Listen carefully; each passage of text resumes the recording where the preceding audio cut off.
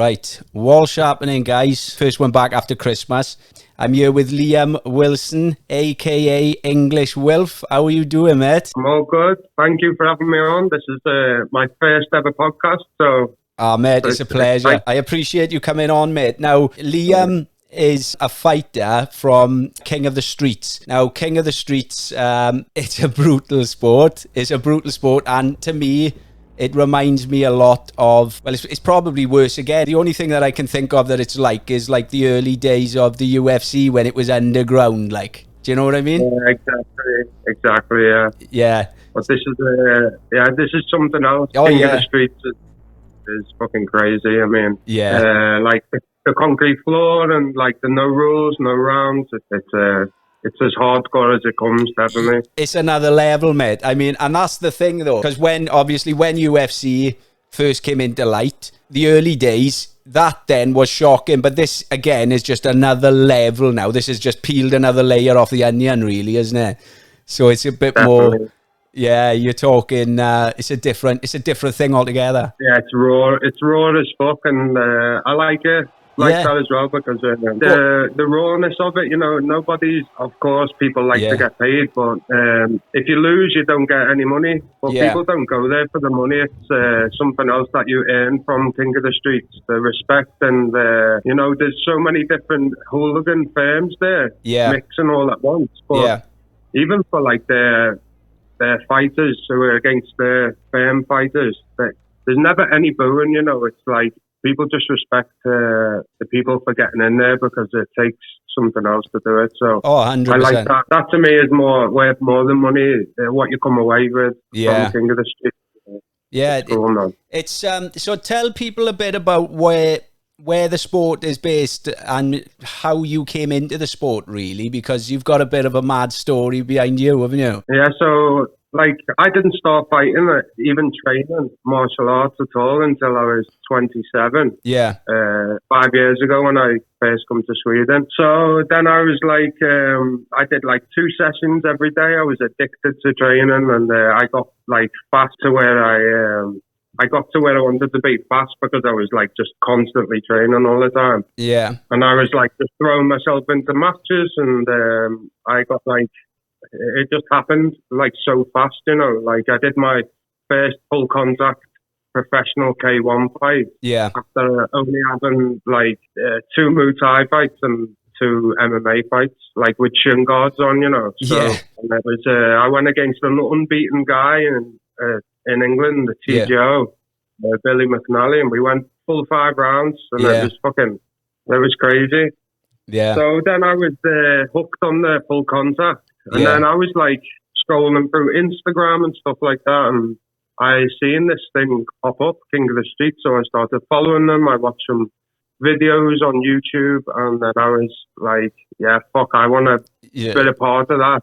Yeah. So I messaged the guys there, and me and my wife went down. She was pregnant at the time. Yeah. And normally, like, they do not let, like, of course, pregnant women if this sort of event, but he thought she was waiting in the hotel. I was like, nah, we're here together. We just come in here. So he let it in, and after that fight, I got on really well with the organizer and the guys at Hype Crew who run it. And I wanted in Hype Crew, so to get in there, you have to fight on cuts. So after that, because me and him got on so well, then I got a place in Hype Crew. But I come off like 3 bad losses before King of the Street, so I did it for like a different reason. My first fight, like you know, Rocky Morgan. Yeah, I know. Well, Rocky's going to be due to come on the podcast. He lives not far from me. Yeah, Rocky's fucking tough bloke, but I had my first ever. I'd never had a boxing match or bare knuckle, and I went my first bare knuckle against him for the title. And we just went toe to toe swinging, and he's got punches like hammers. So he put me to sleep in that fight. But you know, well, the thing I took a lot from that. You know, and I feel like good to fight against someone so good as him, you know. Yeah. He's a true warrior as well. So oh God. Every fight, win or lose, I always try and like take something from it. Like it's a learning experience every fight. Definitely. King of the Streets, like you have to be a different type of person fighting there. Yeah. It is like kill or be killed in there. So it's brutal. People are surprised when they find out I fight on King of the Streets because I try and be very polite and I have my manners all the time.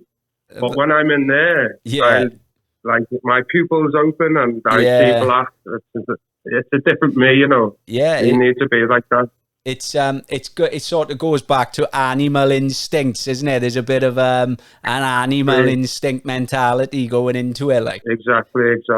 Because like it's helped me a lot because I have no particular martial arts that I'm like part of more. Like I've done MMA, K1, Muay Thai, left way, bare knuckle, boxing.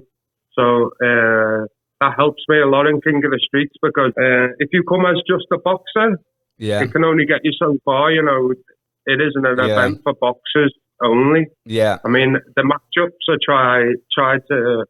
they try and match up stand up to stand up or MMA to MMA, but you know, in the long run, if you're winning, you need to fight the best, of course. So you need to be an all-rounded fighter. I think that is a massive thing. Would you say it's like any other sport where there's sort of mixed martial arts involved? Is there one that's standing out more than others, like you see in some of these mixed martial arts things? It sort of changes, doesn't it? You'll have a wrestler who sort of overpowers and dominates and holds on the ground a bit longer, but then you'll have Brazilian Jiu-Jitsu coming in then, and that'll start to taking over. Do you notice a change like that? Yeah. Not so much. Like I've noticed surprising changes. Like we've had professional fighters with over like 80 fights in kickboxing. Yeah. And we've had like bronze medalists and world champion wrestlers. Yeah. Come, but you would think a wrestler would dominate completely, but it's just completely different. I mean, you can, if somebody grabs your hands or tries something, you can headbutt, you can eye gouge, you can punch, and with the concrete floor, no one wants to get slammed. You need to be like careful with like the takedowns and shit like that. It's just, I think like you need an all round. You need to be all round because you need to be confident of what happened. Yeah, because otherwise, I mean, you're only human, and the floor, of course, plays a big, massive toll in it, and you need to just be confident in what you can do all around it, you know. Definite, because I was going to say, something I was going to bring into it was the headbutt aspect. Now, that you get fucking headbutted, and that changes your fucking game plan straight away, because you know you don't. It's not exactly something you train for. You can't train headbutts, so you get it with an headbutt in the middle of a fight. It changes your game plan. Headbutts has been my biggest weapon in my past 3 fights anyway. Yeah. Like, they're just devastating, and as you say, you can look. I train for it. Like, I've not trained with gloves on now for over 2 years. Yeah. And I've always done the headbutts because of my left way fight. Yeah. And it's just a game changer in cops. I mean, even in full mount, if you're like punching when you're on the floor, they can grab your hands, but they grab your hands and then you can headbutt. And it's just, it's not nice.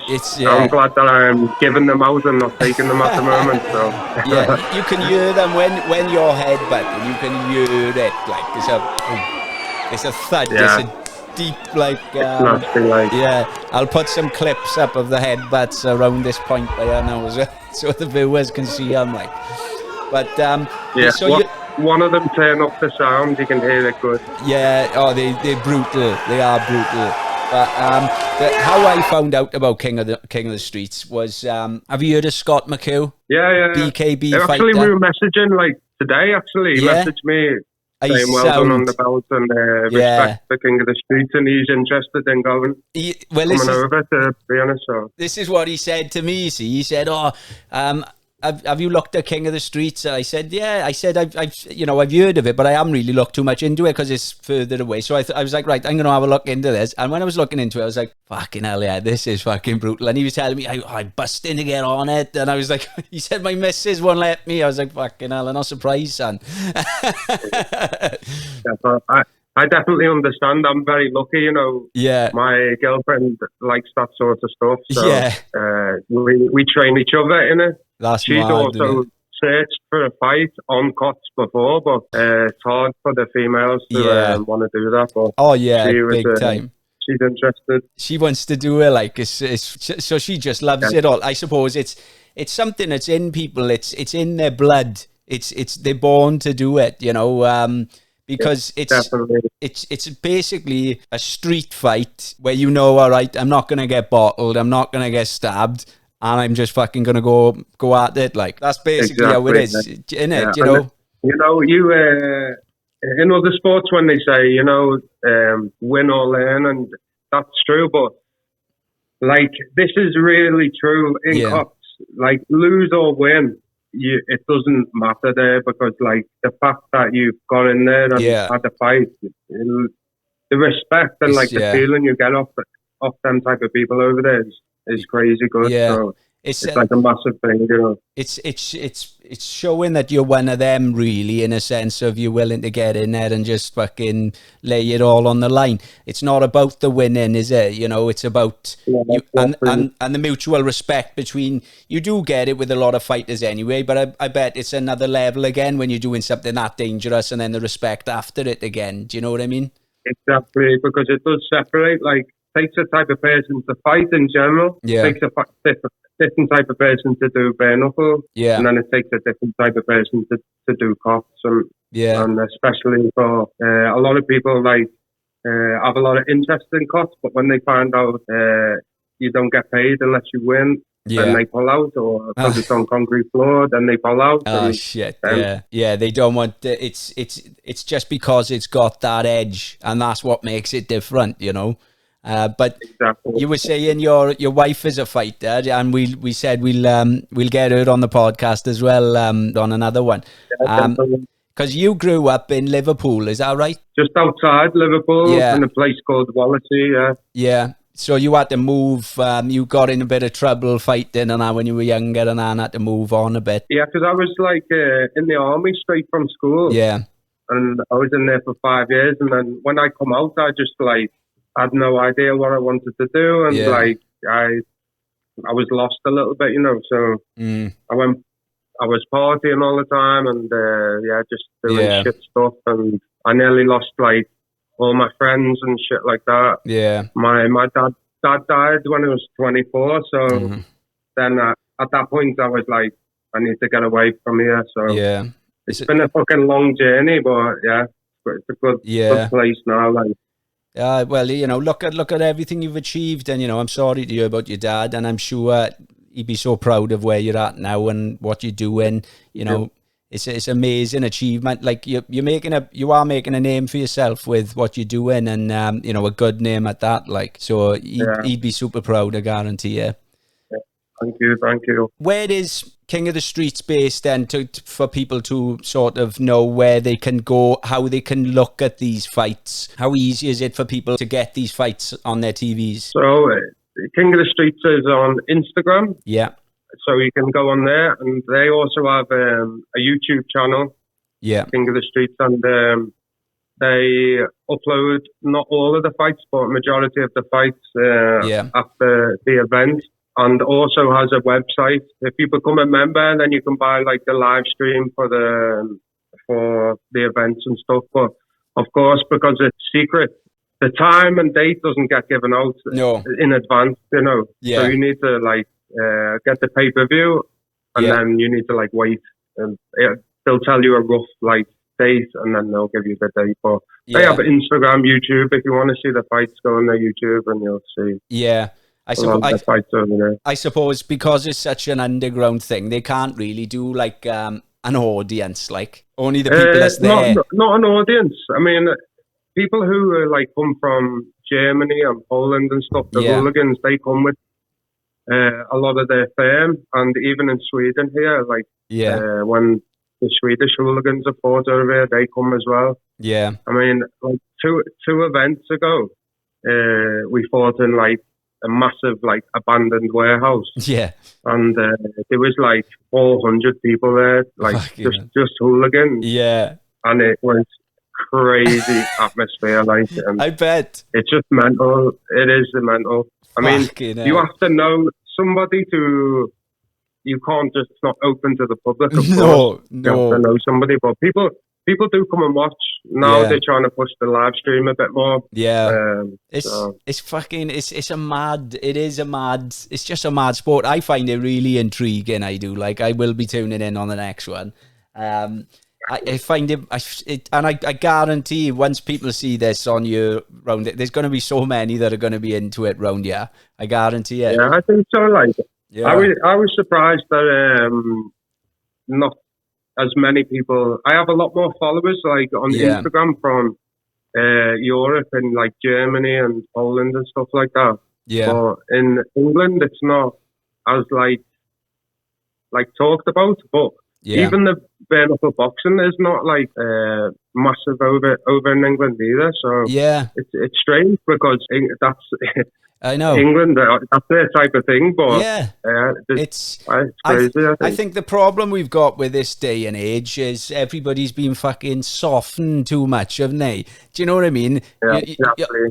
Everybody's on about bullying and you know. It's just gone a bit over the top. It's weakened us all a bit. Everybody's offended by fucking words. Like, it's like, shut up, for fuck's sake. Like, exactly, exactly. Everybody's just been softened. Like people think bare knuckle is so savage and like not nice because it's superficial, you know, the cuts and shit and the bleeding is superficial. I mean, doing 12 rounds boxing, getting punched in the head is a lot worse. It's worse. I promise you, so. You don't look as bad because your knuckles have been softened, but that impact on the brain constantly. Yeah, exactly. It's not good. So it looks weird, but it's not. No. Yeah, it's funny to watch as well. Yeah, it's deceiving, it is, isn't it? Because it looks, it looks worse. Don't get me wrong, the concrete impact is going to fucking hurt. But as far as the cuts and stuff, I know what you mean. It looks worse with the impact, but that heals up. You'll have a couple of scars, like. But yeah, it's that constant being hit in the head for 12 rounds. And don't get me wrong, I love boxing, but you definitely the damage on the brain is definitely worse because the BKB fights, they're a lot shorter. Because it's so fucking, you're just getting involved straight away, but there's less damage being done. Exactly. You know, so... Yeah, so times are changing. I think, like, people should, like, be a little bit more open-minded to the bare knuckle side. I understand people with cuts, you know, with the floor. That separates a lot of people, but... Yeah. Bare knuckle boxing side is, they should, like, especially the professional bare knuckle fighters in England, they should definitely support them a lot more because I see now, like, I was looking at a lot of the main names in BKB and they don't have, like, the support they should, in my eyes, you know. No, so they really should get more. I think all of these fighters who are going in and doing these fights, though, you know, I think there should be a lot more respect and support for them all. Like what they're doing is, you know, you're basically modern gladiators. Like, do you know what I mean? You're going in there, and I think people are preoccupied with so much other shit at the minute. And there's so much going on.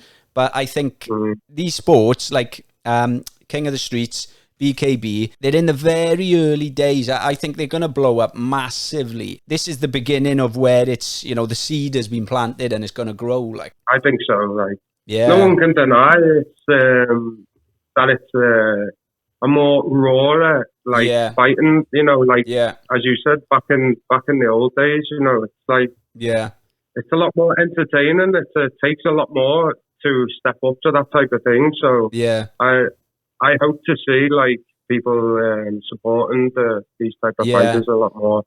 Try and drum up as much support as we can now. This podcast, I'll try and get everybody sharing it out as well. So do you know the organisation King of the Streets, and was it started as like a football hooligan thing where firms met up, and now it's sort of turning into a sport now? It was started like people with beefs, like shit with each other, and they would. But like if you watch the earlier videos, which are on YouTube, it was just in like tunnels, like just a road going over the top, or just on the street. You know, there wasn't that many fights on there, and now like when I stepped in, that's when it totally changed, like from what I'd seen. Yeah, there's a different like feel what I experienced, and I'm experiencing now is a crazy level up. Like it's amazing. There's something change. You can see it because I looked at the videos you were on about, and you can see, and that's why I asked the question. It almost seems like it's taken a massive step to a sport really now in itself. Yeah, I think so. Like, there's a lot more. You notice like a lot more. It was just normal street fighters, you know. Before, and you can see that as it's evolving, the level of people it gets better. Now there's a lot. I notice a lot more people with actual like martial arts backgrounds, you know, coming from MMA or Muay Thai, or so. As the event's growing, the level of fighters is definitely growing as well. Yeah, because well, if Scott McHugh does decide to go over there, he'll be good in there. His fighting style is like he just fucking gets stuck in. He just gets stuck in. His game is fuck. I think it'll be fun to see him over there for the I mean, whether his missus will let him, I don't know, but it's amazing. It's good to see these organisations like BKB over here, seeing it growing, seeing it doing well. You know, I've always been like, I was into UFC when I was younger. I still like it now, but it's lost a bit of the aspect to it at the minute. But I used to follow it religiously, but there was nothing really over here, do you know what I mean, going on. But now BKB is starting to pick up, and it's nice to have something going on here. Like, I mean, people always ask like, do you want to be in the UFC and stuff? And for me, like, apart from me starting so late on him, in my fighting, like, fighting without gloves is just no other better feeling than that. So I've done MMA with the gloves on and shit, and it's just not the same, you know. The raw part of it. It's like because pavement, you know. You were 28 when you started fighting, is that right? But when you started professionally fighting, when I started training, like professionally fight. Obviously, you were scrapping when you were young. I mean, like in a gym training, I had not done anything up until then. Because that's late as well, isn't it? That's late starting, like. Yeah, late. I mean, my wife now, I met her in the gym that I first started at. Yeah. So she seen me, like, not even be able to kick, you know. I come there, like, not knowing fuck all. I could throw a bang or a haymaker, but she seen me, like, if you were to see some of the videos, like, from that time, they're super embarrassing, like, but she's seen that and, like, been with me, like, up until this point, you know. Yeah. And it's cool now. Now we're riding, like, this wave together, and she's going to get into BKB in February, hopefully, so. Oh, it's awesome, mate. Cool, man. It's awesome. Yeah, it makes it easy being able to train together and like fighting together and shit like that. So is she coming to the UK? Another organisation, not BKB. So it's a bare knuckle organisation, or is it? Yeah, it's bare knuckle. Is it? We will both sign professional in February, hopefully. Yeah, that's massive, mate. That's big. That's big news, that is, isn't it? I mean, I bet it feels a bit surreal for you, does it? Yeah, it's crazy, man. Like, I mean, I have like 500 followers or something before King of the Streets, and now I have nearly 8,000. That's fucking mad, isn't it?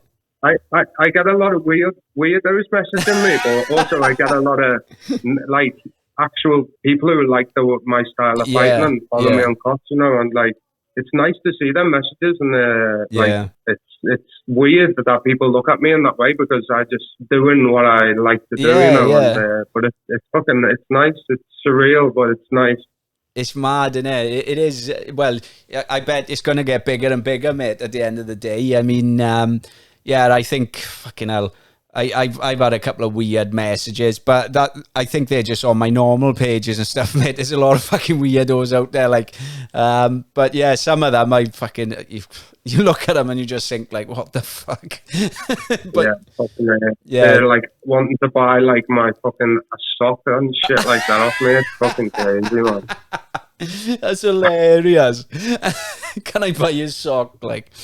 But yeah, it's so when is your next fight now then? Do you know who you've got yet? Like in our contract that we will be signing, in the King of the Streets comes priority over the bare knuckle boxing. Yeah. So next year there's going to be like big things happening. I spoke to like the leader of King of the Streets.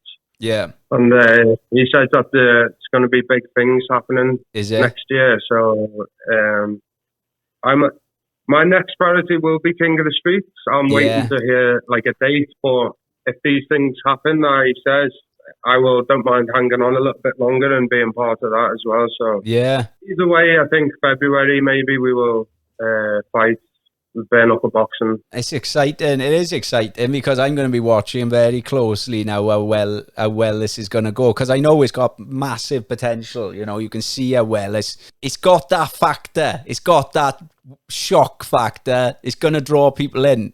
People just haven't seen it yet.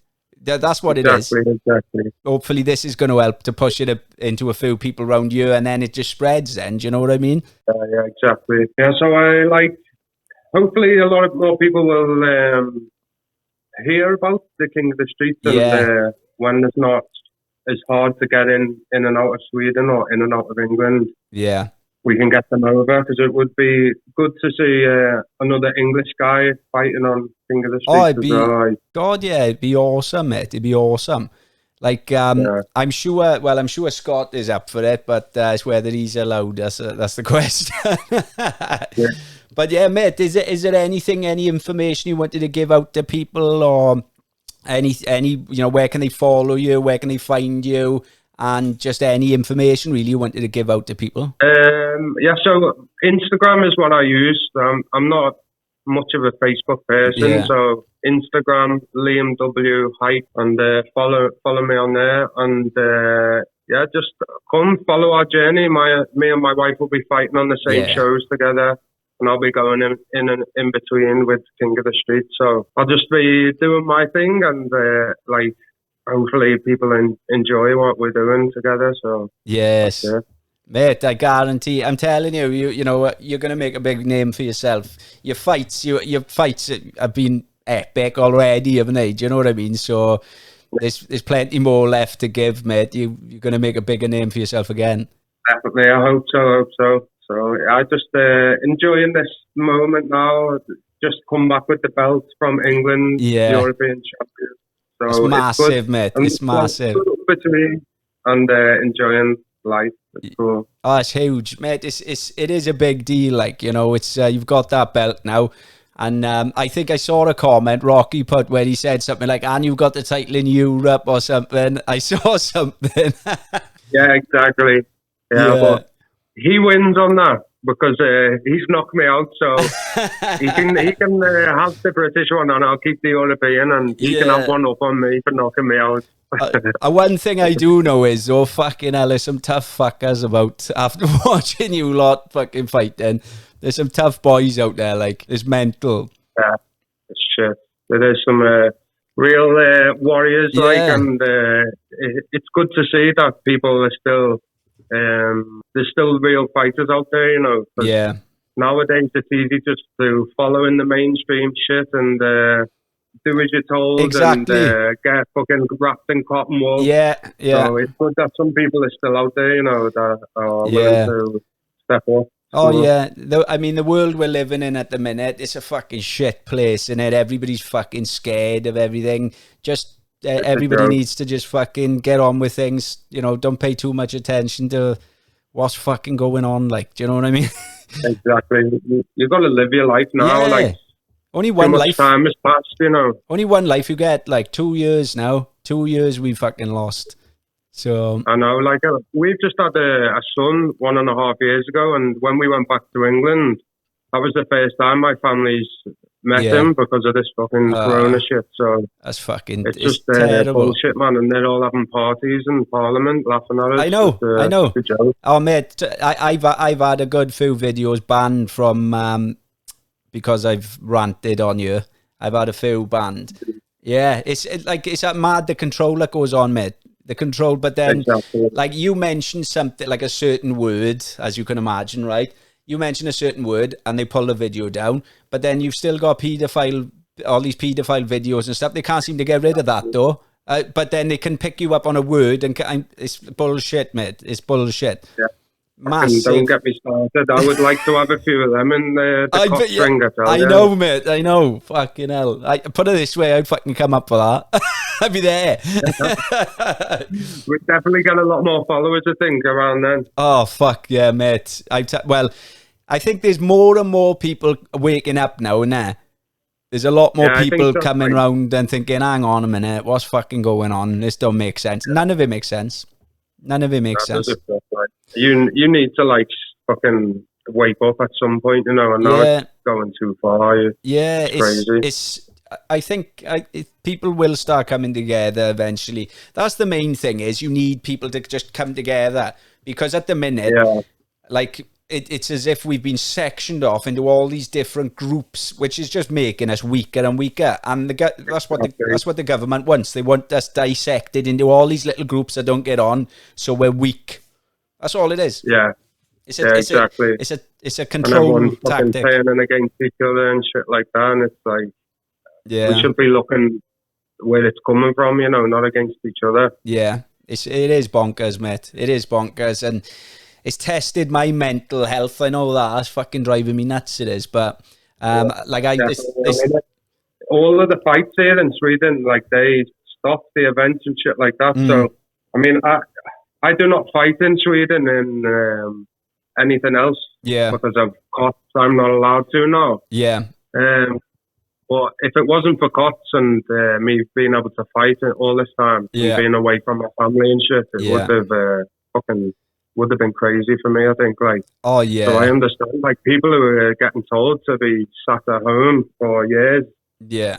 And like no fucking help, mental health. No. Percentage is crazy, you know. More deaths than COVID can ever produce. 100%, mate. Like the reason why I set up this podcast, right? The whole reason why I set it up was because I was really ill with depression about 4 years ago, and my doctors fucked up my medication for my thyroid. So my thyroxine, I was overdosing for 2 years on thyroxine, which I didn't know about. And I didn't know what effect it had, even if you did overdose. But that basically led me into a massive breakdown, really. Depression, suicidal thoughts. And I wanted to raise awareness for that, because nobody talks about it. But it's it's led on to this. This is what it's led into now, is I've had like bigger and bigger names coming on all the time, like, so it's building into something itself, really. You know, it's from this is my tattoo studio, you can see in the background, so I do it from the studio. But yeah, it's affected me massively with my mental health and my work. You know, there's no help from them, and they're just taking the piss out of us, the government are. They just are. Exactly. So don't get me too started on that. I know, feel me getting angry about it, because it's like, until people wake up and, as you say, like get together about it. Yeah, it's like as individuals, we just fucking have to fucking take it up the arse, you know. Yeah, it's annoying and stuff. It's crazy that you know, there's some people though that sort of will defend the government, and what's happened is they've scared everybody. They've like, you can't blame some of the people because they've just been scaremongered, like, you know.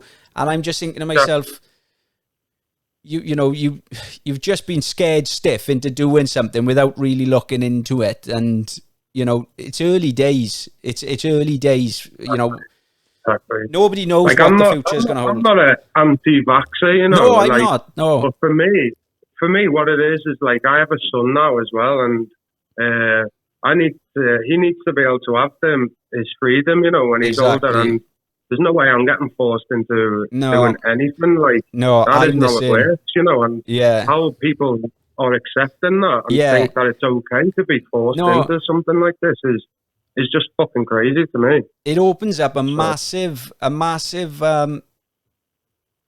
issue, right? If we got another Hitler, right, which I don't think we're far off, to be honest, with this going on, but if we got another Hitler, who's to say that they're not going to turn around and basically we're giving them the rights to put shit into our bodies that we don't want in there, right? So what's to stop them later on, if another Hitler gets in charge, of just wiping every fucker out? There's nothing to stop them doing it. It's your body. You have the rights over what goes into your body. You don't get told, and that's the thing. And if I get told I got to do something, I go the opposite fucking way. Exactly. Yeah. So people need to wake up, I think, and start realizing what's happening, because we do have rights, and they're being taken away from us at the minute. So much corruption going on in it. It is mental, and it's driven me fucking nuts for 2 years. But I remember at the very start when this came out, they said it was projected for 5 years. This was before we knew anything, and I was thinking to myself, "Fucking hell, this can't go on for 5 years." We're not far off. I know, what the fuck, man. We're not far off, and they bring a new variant out there when it comes to Christmas. Like that. When we went just back to England recently, because we're not vaccinated, fucking me and her, like nearly £500 just for tests. They just literally. How the fuck can normal working class people afford to go on holiday if that's what they have to pay for before they even get out of the airport?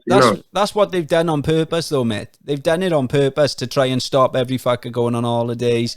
I think they think they're helping global warming or whatever it is, climate control, or like I'm sorry, but things need to fucking go back to normal. They just do.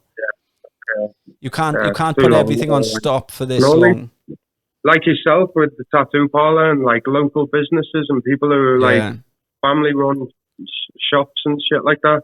They're going to be extinct, like people are hanging on by a thread anyway, but now they're just fucking... There's loads closed down. There's loads closed down, mate. Loads closed down. And I find it crazy though, how they're so, as if this shit they're trying to push into you is like biblical, right? They're making out, it's like, hang on, take a step back. It hasn't undergone the proper procedure for testing over time. It just hasn't. How these people can argue then, but basically what you're telling me is... People have said to me, and it's like, how the fuck do you work that out? They've cut corners, basically. They've cut corners massively. You know what I mean? And at the end of the day, nobody knows what's going to happen in 10 years' time if you've had that. Nobody does. It could be that it works out all right. It could be that it doesn't. But if it doesn't, what the fuck are you going to do? Yeah, exactly. And that alone is an argument strong enough to not want to be part of it. But, well, of course it is. Yeah, apart from everything else, you know what I mean?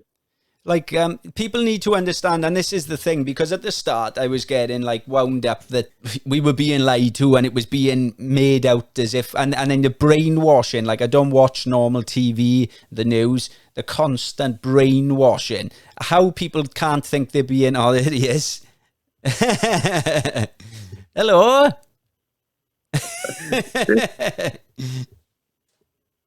We have a photo, I'll tell you. I'll send you the photo. Yeah. For my first fight on Cots, and my wife was pregnant with him.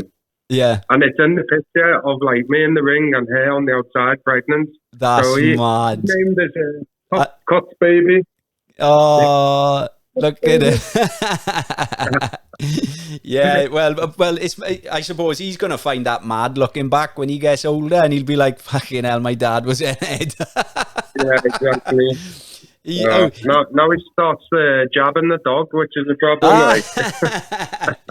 Oh, I guarantee with you and his mother, he's going to be a fighter, mate. He's got to be. He'll be champion one day, he will. I think so. It's in his blood, isn't it? Yeah, definitely, man.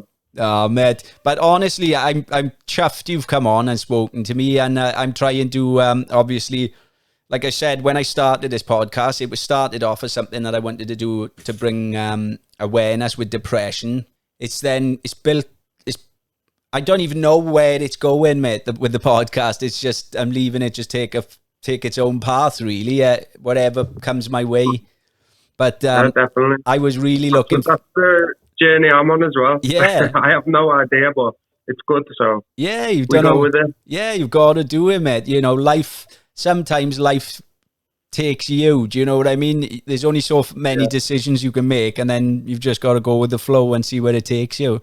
Your story is, you know, it's a classic story, mate. You know, you've basically moved out from just outside of Liverpool, and you met your wife in Sweden, and your path is gone now. You never would have thought it would have taken you in this direction, I suppose.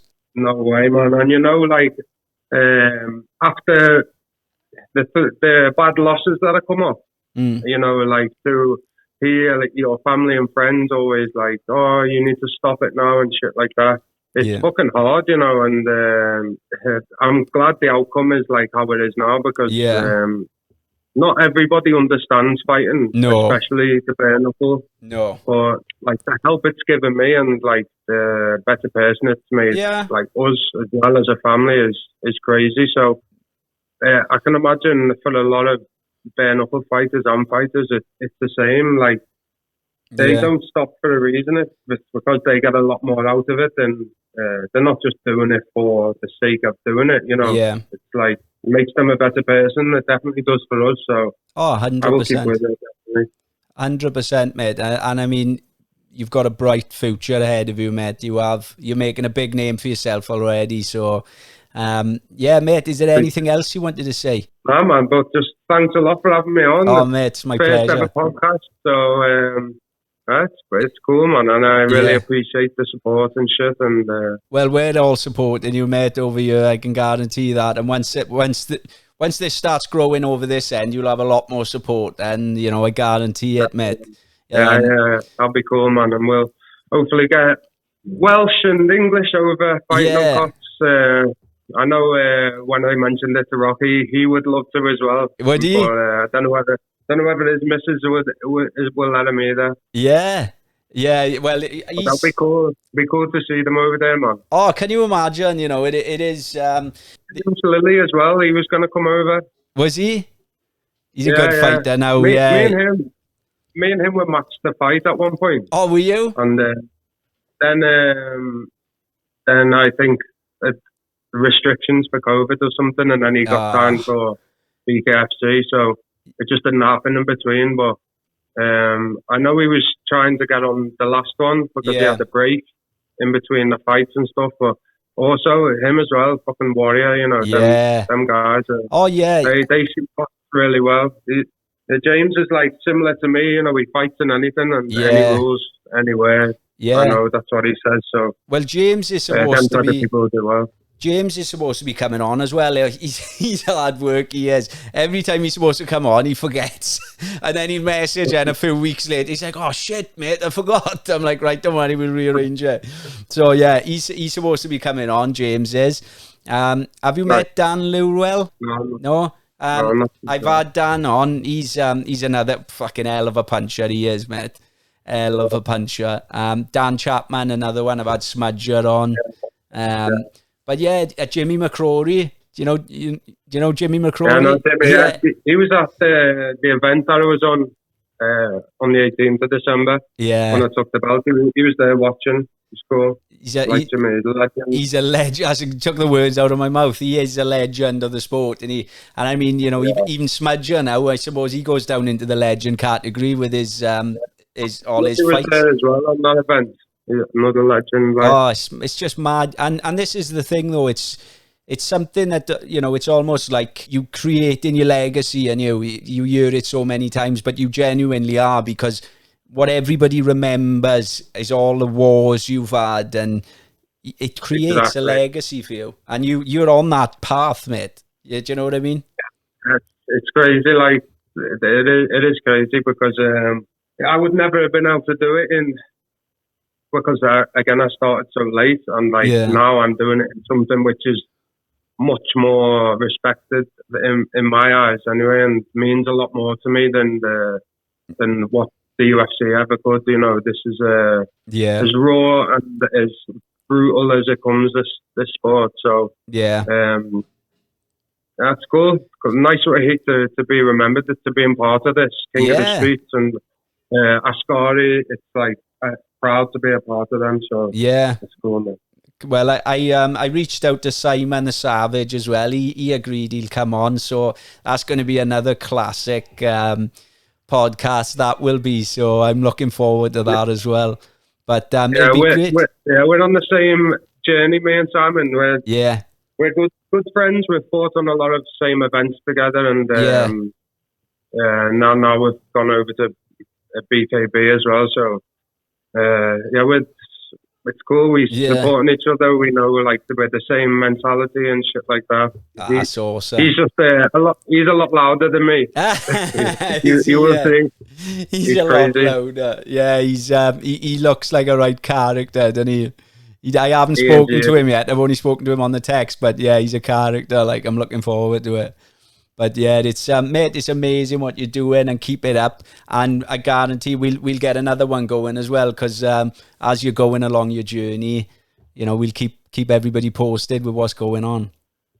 Definitely, man. It means a lot to be able to come on the podcast. So thanks mate, a lot again. It means a lot to me, mate. Thank you very much. And we'll sort something out. We'll get your missus on as well. Once she's got something lined up now, we'll get it on and promote that, is it? Definitely, Sound like a plan? In the next week or so, we'll put something out about. Right. Well, let me know. Let me know on the. Drop me a message, and we'll get that going on that end, and get promoting that as well, and get it on the podcast. Because I bet her story's interesting as well. Like. Yeah. I'll let her tell you about it. Yeah, we won't go into it. She's been on a journey as well, and and when she fights bare knuckles, she'll be the first ever female in the whole of Scandinavia. So it's another massive thing. That's huge, to be able to do that, and to be the only female to do it. So it's a massive achievement, that is, isn't it? So, you know, going down in the history books, really. Definitely. If we can have a him and hers belt for bare knuckles, then I think we can retire early and be happy with that, I think. Yeah. Well, I suppose when you do reach out, then I suppose on the next Christmas you have them. You both have them on Christmas Day. Exactly. I wore mine all the way through the airport on the way back to I don't blame you, mate. I don't blame you. You got to show it off, like. You know, it's you put a lot on the line for that belt, so it makes sense. You got to show it off, mate. You got to be proud of that. But mate, listen, have a cracking new year. I'll stay in contact with you anyway, and we'll definitely get more on the go. But any final things you wanted to say?